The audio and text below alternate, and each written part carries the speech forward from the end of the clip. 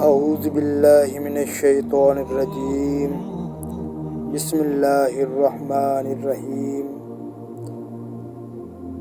سمر Iqbal T V 74 میں دل کی گہرائیوں سے خوش آمدید اور محبتوں برا السلام علیکم۔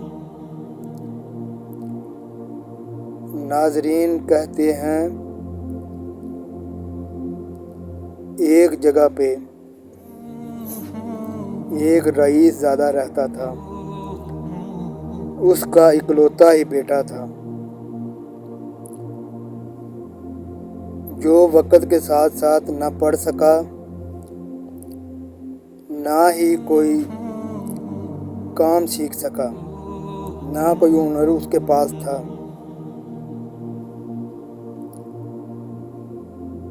اور جوان ہوتے ہی ایک دن والد نے پاس بٹھایا اور کہا، بیٹے اب میں بوڑھا ہونے جا رہا ہوں، بلکہ ہو گیا ہوں،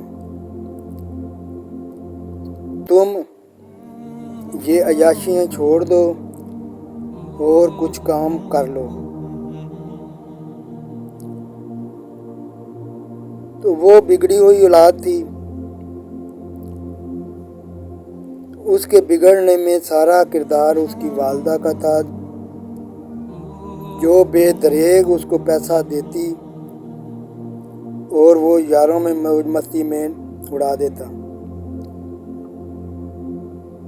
جب یہ والد گرامی نے اس سے پوچھا اور کہا تو اس نے جواب دیا، اے میرے والد محترم، مجھے تو کوئی کام آتا ہی نہیں۔ تو والد نے کہا، آپ سیکھ لو۔ تو اس نے کہا، اب سیکھنے کا ٹائم نہیں۔ تو والد نے کہا، جاؤ شہر محنت مزدوری کر کے لاؤ اور تب تک لوٹ کے نہ آنا جب تک تم میرے لیے ایک اشرفی نہ لے آؤ۔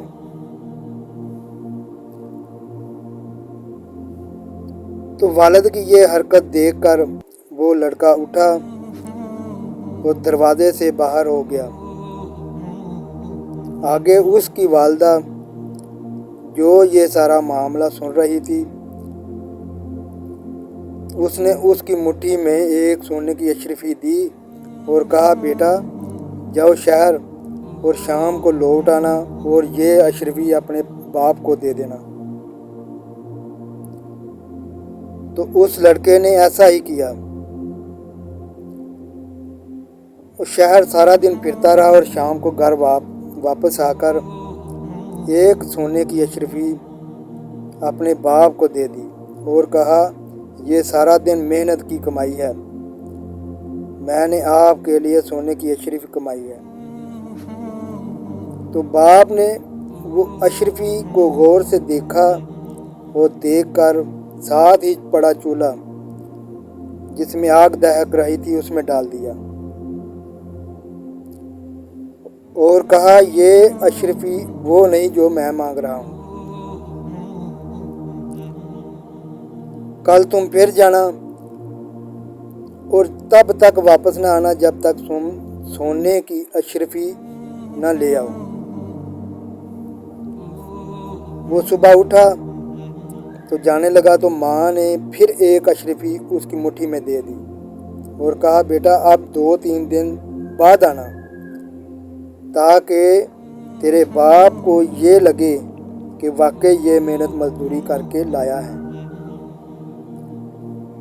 تو لڑکا گیا شہر، 2-3 دن بعد پھر واپس آ گیا اور لا کر پھر سونے کی اشرفی باپ کو دی۔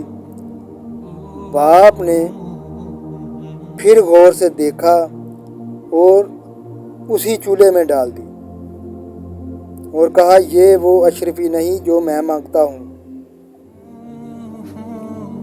وہ حیران تھا، وہ کون سی اشرفی ہے؟ بیٹا حیران تھا، وہ کون سی اشرفی ہے جو باپ مانگ رہا ہے؟ تو پھر جا شہر